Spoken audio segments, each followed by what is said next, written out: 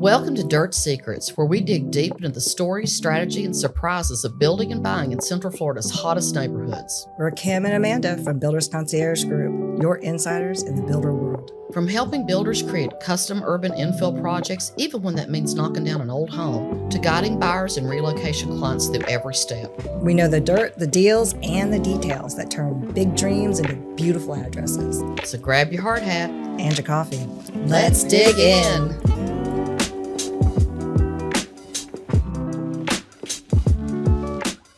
Hi, and welcome back to another episode of Dirt Secrets. I'm Kim. And I'm Amanda. And today we're going to talk about, greed and how expensive it could be. Also, should you have a partner?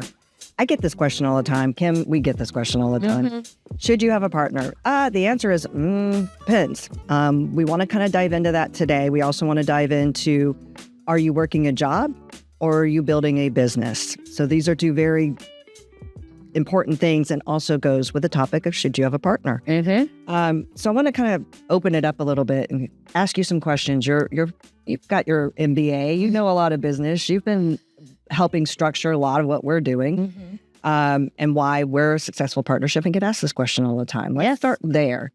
Why are we a successful partnership? I think it's because we put our business first. Always. We discuss things openly and honestly without a lot of emotion. We get passionate, but we don't get accusatory. If there's something that's going wrong, we both are mature enough to sit down and go, what went wrong? Where did it break down? And what can we do to fix that? And I think that's the whole thing, is you've got to have a process. You've got to have a process for growth, and you've got to have a process for disagreement. Oh, absolutely. And so many people just get in and start fighting. And, we've all had those fights with a spouse or a sibling or something, or a parent. It just goes in circles. Yeah. Nothing ever gets resolved. And I think the fact that you and I sit down and lay out the pathway, and we must always agree. But when we don't agree, we sit down and lay out why. And then we go, either you or I will go, okay, let's do it that way. Yeah. I mean, it's about the business. It's about what's best for us and our clients. And we both have personalities that we like to win. I mean, you're not a good salesperson if you don't, but I think that we are able to put that aside. It's what's best for the business. What's best for the business. And our clients. Exactly. And we don't get like, I have to win this point because I have to win. So I think that's really important, is you definitely, if you're in a partnership of any kind, whether it's personal or professional, you kind of have to put your ego aside sometimes and let logic take over. I have some really good friends. I mean, 20 plus year friendshis that I'm very close to my friends. I know our personalities aren't meant to work together. I mean, one's very artistic. I mean, there's so many different ways to look at it. It's not picking your friend and who you enjoy hanging out with. Do that on a personal level. You've got to think business-wise. And what's the most, in your opinion, and I'll share mine if it's different, what is the most important thing that makes us successful? I think because we both have a very different skill set. Yes. But we have the same goal. That's right. And it's like, and we know, we're aware of our skill sets. Yep. When it's something that I know you would be better at, I'll say, hey, can you work with this particular type of client because your personality suits them better. Right. And that's hard to turn over. You get a prospect, you've worked them, you've been with them a while, and then you realize that you're kind of spinning your wheels. You're not going anywhere. So sometimes having that partnership is fantastic, because Amanda can get the wheels out of the mud and get them moving back towards, the closing process. So I think that's being super aware of your strengths and your weaknesses, and being willing to pass off the task when you know that you're not capable of it right now.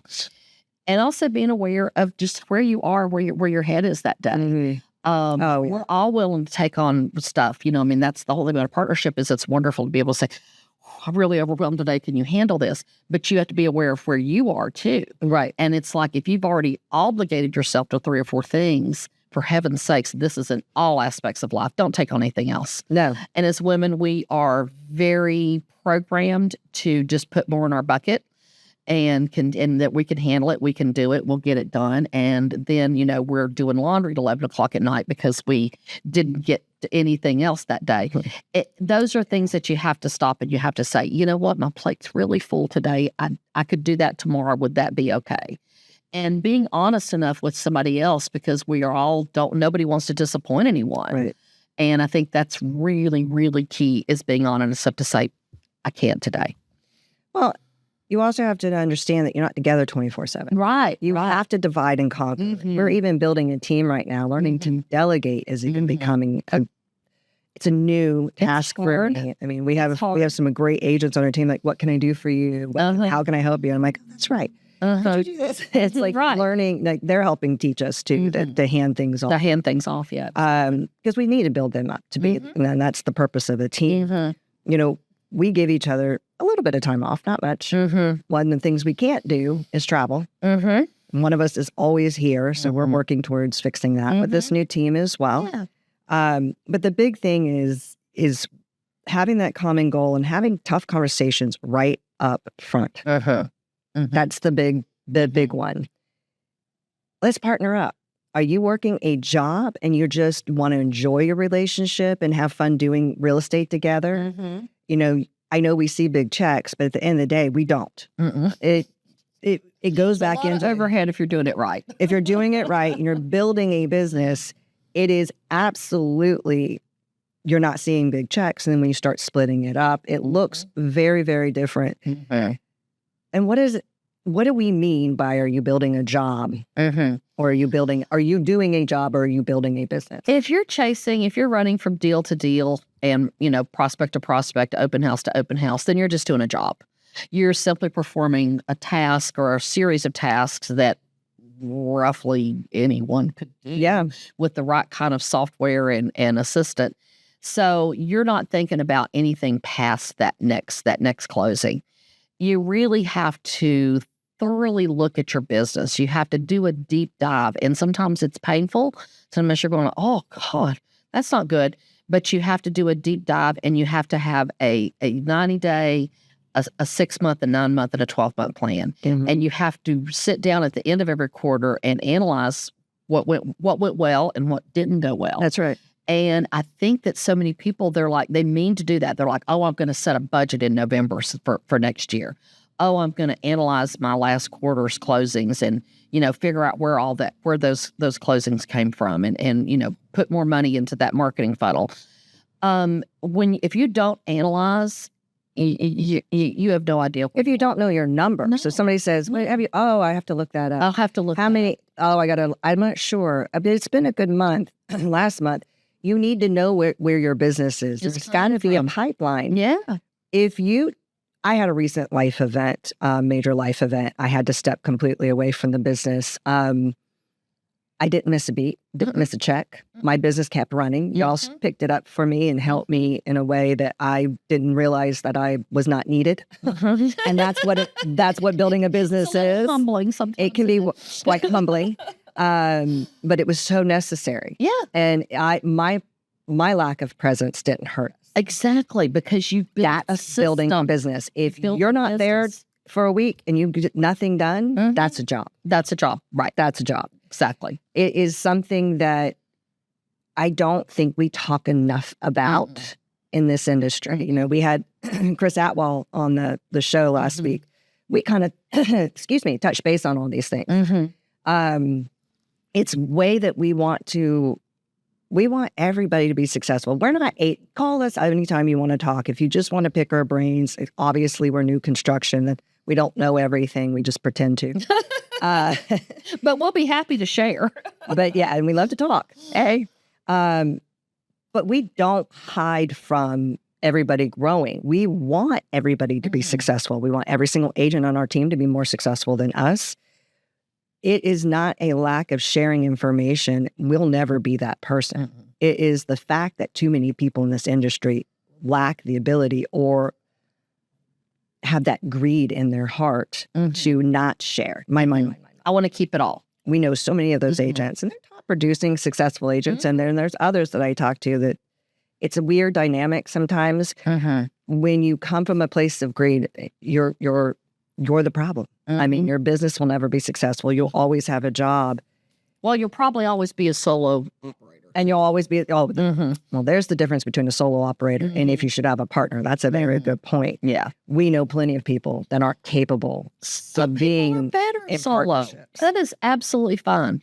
I think know thyself. Right. That's it. I think the key is knowing yourself, knowing when you do need, like, we were able to grow our business because we were together. Yeah. I think individually, both would have had very successful businesses, but I think we'd have been chasing a lot more rather than building a system and a pipeline. And like I see right now, I can see what our business looks like next year, the year after, and the year after. If you ever wanted a great place to start with, a wonderful real estate coach, Jessica Ackerman, she gave us a book called The 12-Week Year. And it is amazing. I just finished it, and it gave me, even as long as I've been doing this, it gave me some great insights about how to analyze our metrics. It's like, if you don't know what you're doing, if you don't know what your performance metrics are, you're not going to be able to improve them. It's like, you can't look and say, hey, I had a 30% increase in business this quarter. You don't know that. Yeah. If you're just looking at your bank account and saying it's got more money in it, then you really aren't running a business. And what are you doing with that? Yeah, what are you doing with that? Right. Invest back in your business. Pay yourself first. Don't go buy, pay yourself first. Very expensive cars. You'll never see Kim and I walking around with an $8,000 handbag. It's like, what are you doing to invest in your life? Pay yourself first. Pay yourself first and pay your future. And put it back in the business that you're actually true. Yeah, you've got to put some money back in your business. And the things that, and when times get a little slower, the things that you are tempted to cut back on the most, like marketing, like having an assistant, having a lead management system, don't, because then you're slowing your business even more. So don't do that. I guess the big question is, should you partner? If you're a single agent right now and you feel like you're kind of maxed out, you're like, I don't have any more hours in the day. I'm tired. I'm burnt out. Think and you know your personality. Yeah, know your personality. Think about your partnership. Going, how have I collaborated with others in the past? How am I when I've been on a team? And all of us have been on a team of some type or another in our lives. Was I a good team player? Or did I contribute equally with my other team members? And you have to kind of ask yourself those questions. And then it might be tough, but interview that person just like you'd interview if you were hiring them. Interview that partnership person and make sure that you have the same goals and the same things that matter to you. The same. Yes, for lack of a better, the same compass, that you feel the same way about accountability. And those are things that if the other person's like, kind of like getting up, if you see that there's not a lot of discipline there, don't take that person on. If you're a very disciplined person and you see no discipline over there, if they're a fly by the seat of your pants person, you guys are probably, you're going to, she's gotten way better. You're going to clash. Still am. You're going to clash. I just do it with guidance. If you do that, you're going to clash with that person. So make sure that you guys have the same goals. And that you're going, I like to get up and get my email cleared. I like to get my morning started by 9 or 10. Well, you gotta have somebody who's hungry. And it doesn't just need to be financially hungry. Yeah. It's driven. Same goals, same. We battled building a team for how long? We kept going, we're like, it's just us. I don't want to mess with other people. But we have bigger goals. Yeah. We have things that we are working on that we want to do and working with Fusion and doubling things. We needed, I've reached that ceiling. We reached our ceiling. Can't we get? And I see excellent agents, one I really, really like, ton. And she's single, but she's got such a team behind her, not single, but single agent. And she's got such a team behind her. But when we look at that, you're like, we can hire all these things and do those kind of numbers. But now we're managing people. Now we've got to deal with time off and all kinds of things. It's employment issues. Yeah, that all employment issues, challenge. Yeah, it's things that we don't want to do. I mean, we still manage, of course, as team leads. And we structure roles and responsibilities. You are the team lead. Like we would, close our business differently. And now we're like, no, we're going to define a role. We're going to put everything under you, and you get the calls now. I love it. I get paid the same, but I don't have to deal with that. But we're defining roles, and that becomes a structure that people need to see as well within your team as you build a team. They didn't know who to go to. So you could be a solo person and hire, somebody who, obviously you have a TC if you're doing good business. You have an assistant. You need somebody that's running your calendar, your marketing, and then you've got to have somebody who can help you with your back end CRM stuff. Those are in marketing. Those are very, very different roles in people, and there's different brokerages that can help with stuff like that as well. But we get it. I can tell you almost every single person, I need a partner. How are you? They don't need a partner. Pick it for the right reasons. Yeah, don't do it because you're lonely or bored, or you say, "Oh, if I had a partner, I'd be more accountable." Those are not the right reasons. The right reasons are I'm maxed out time wise and bandwidth wise, and but with a good partner, I could expand our business, and then it becomes our business. That's another thing. If you feel like you've built this solo business up for a few years, you may have an ego issue with taking on a partner. You'd be like, I've worked so hard to do this. Why would I take on a partner? A partner is exactly that. It's an equal partnership. If you want to take on an associate and, maybe as a buyer's agent or something and pay them less, that's fine too. But if you're looking for a true partnership, it has to be that. It has to be that. It can't be like, well, I get this because I'm the founder. You become equals when you come in. And the streak should be complementary. Don't get someone just like you. Don't look in the mirror and say, that's the person I want. You're going to like the same things. More done, maybe, but it's going to be incremental. It's only going to be about 30 or 40% more done. You're not going to really expand and grow. If you choose someone that has a whole different skill set from you, then you can start dividing and conquering, and you can start expanding that business in different directions. If you've got that partner that you're looking at, and all you guys want to do is sit side by side working, side by side play that doesn't work. You've got to be able to separate and to drive business in different ways. Keep the wheels running while somebody else is driving. I see too many people who are just constantly together. 24/7. And I'm like, how do you guys get anything done? Maybe there's not the hunger there. Maybe it is just a job. Maybe it's just fine. I mean, that's a decision to make as well. So that's and a way to look at these things. You're going to be restricted in how you can grow if you can't split up, take your separate skills and go out there and get more business. We look at building residual income. Yeah. And that means building a business. And we fill on plenty of appointments together. Sometimes if it's an initial appointment, we want them to meet both of us to make sure that, they know that they have 2 for 1. Right. We always advertise that. It's like you've always got somebody to get a hold of. If I'm out of town, she's available and vice versa. So 40% of the time, I don't meet the half of our closings. Absolutely. And vice versa, and then sometimes we're all, and then we hang out, we're all friends, we see each other all the time afterwards. So it's like, there's all kinds of, but that's the point. Like I've met too many, hey, we just had a recent one. I want to be 24/7 with you. I'm like, that's not how this works. You cannot be with us 24/7. We can't be together 24/7. I want to learn everything. I'm like, that's not how this works. No. It's not a data dump, and you will never stop learning. You will.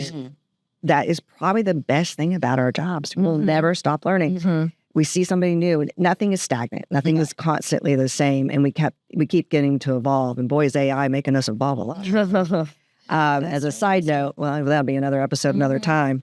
But you need to sum up some things and to hit the hardest part of this conversation. You got to have hard conversations. You got to put it in writing. What happens if one of us passes before the other? Absolutely. How do we separate the business out? We are building something that we're monetizing that we can sell. That means it's ours. It doesn't go to our kids. We have to put it, or it does, unless we put it in writing and say how we're going to do things. Disability. What happens in divorce? Luckily, we did that before we started. That might be a side note if you're struggling.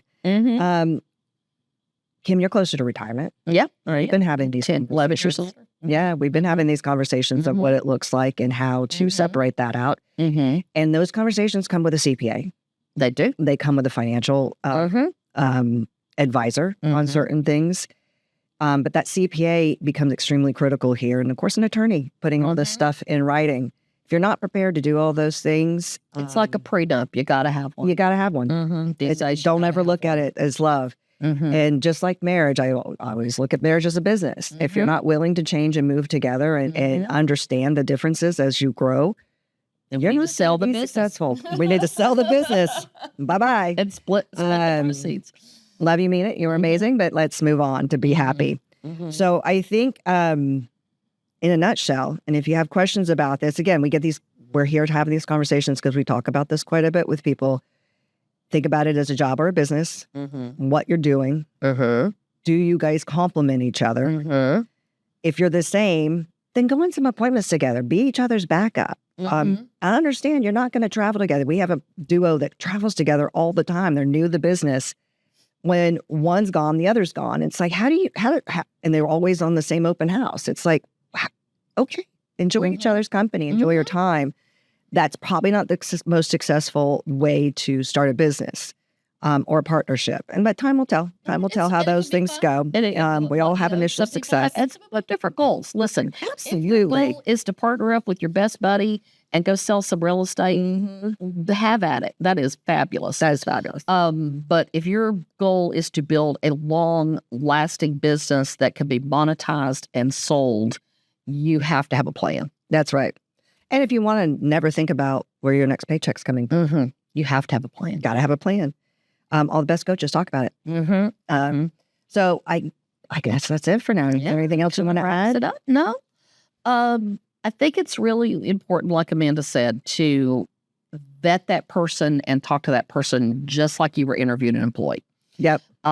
They need to have the same goals as you. If not, if they're like, oh, this looks like fun. I always hear the fun word pulled into real estate, and it can be, but It's rewarding. I mean, when you're helping families, you think about the ultimate piece of this. We go through a lot. They go through a lot. We're by their side every step of the way. But it's such an important one. It's very rewarding, and it can be extremely taxing at the same time. But that is there's some transactions that you just like, this one's going to kill me. Yeah. But we all survive it. That's very few and far between. Most of them are fantastic. Death by real estate's not a thing. Nope, it's not. And but I think just pick that person that you know that you can build something with. 100%. That's the most important. Well, that's been another episode Thanks for joining us. Dirt Secrets. I'm Amanda. And I'm Kim. Until next time. See us again. That's another episode of Dirt Secrets, where we uncover the real stories and strategies behind building and buying in Central Florida. If you're a builder ready to make your mark with a custom urban infill project, a buyer looking for the perfect home, or someone relocating here for a fresh start, we're here to guide you from blueprint to closing. Make sure to follow the show on your favorite podcast app so you never miss a single secret and to stay ahead of the market. You can find us at buildersconciergegroup.com or on Instagram and Facebook at Builders Concierge Group, where we share listings, behind-the-scene tours, and sneak peeks of what's coming next. We'd love to hear from you. Send your questions, your dream home wish list, or your own dirt secret, and we might feature it in a future episode. Remember, whether you're breaking ground, buying your first home, or finding your Florida forever home, the right property isn't just built, it's crafted with the right team, the right strategy, and the right connections. you've been listening to Dirt Secrets, and we'll see you on the next episode.